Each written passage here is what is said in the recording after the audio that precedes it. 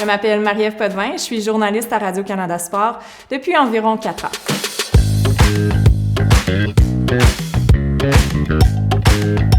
Question serviette. Quand as-tu su que tu voulais devenir journaliste sportif? Je pense que je l'ai toujours su.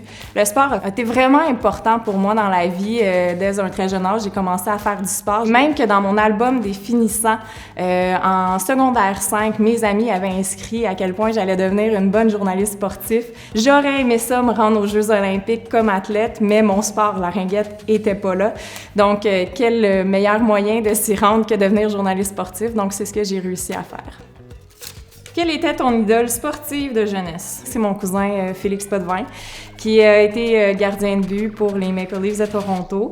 J'ai eu la chance de garder les buts à la ringuette et je portais fièrement son chandail, le numéro 29, Félix Potvin des Maple Leafs de Toronto. Disons que j'ai maltraité ce chandail-là quand j'étais gardienne de but. Je l'ai pratiqué, en fait, je le portais à l'entraînement. Question casier! Quels sont tes premiers souvenirs de sport à la télévision quand j'étais petite? Les Jeux olympiques d'Atlanta en 96, je me souviens de la performance d'Annie Pelletier aux 3 mètres.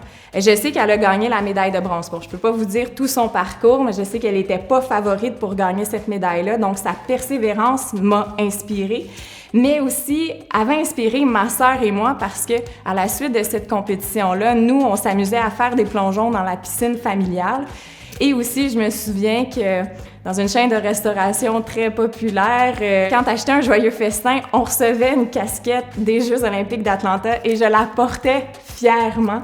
Et je sais pas si c'est avec les Jeux olympiques que je regardais à la télévision, c'est ce moment-là que mon envie de participer aux Jeux olympiques s'est déclenchée, mais clairement, ça a allumé une petite flamme en moi. Raconte-nous un souvenir de sport que tu pratiquais enfant. Le sport où j'ai vraiment le plus de souvenirs, c'est à la ringuette.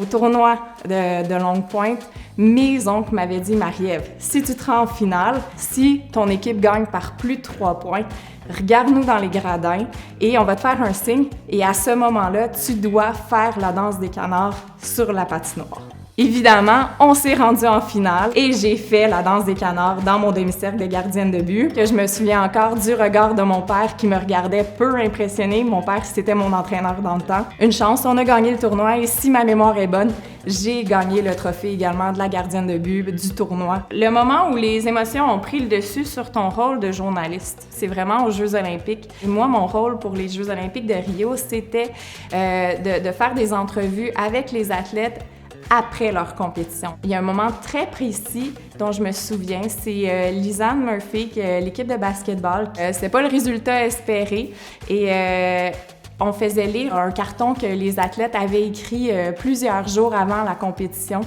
Et la citation qu'elle avait écrite, ça ressemblait à « The way to get there will be hard, but the journey will be worth it ». Lorsqu'elle a lu ce carton-là, elle s'est mise à pleurer devant moi, elle s'est effondrée. Donc, c'est assez difficile de rester de marbre derrière une caméra quand tu fais une entrevue avec un athlète qui pleure devant toi et que tu as juste le goût de la prendre dans tes bras et lui dire ça, c'est correct, tu peux vivre ce moment-là.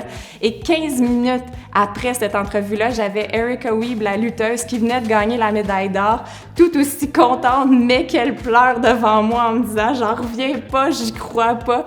Donc, cette journée-là a été une journée forte en émotions et l'enfant qui rêvait d'aller aux Jeux olympiques en moi aurait espéré être dans leurs souliers.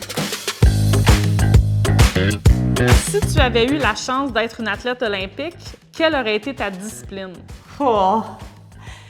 Joueuse de hockey. J'aurais poussé pour être la gardienne de but numéro 1 de l'équipe canadienne. En 2007, tu as participé aux Jeux du Canada en ringuette.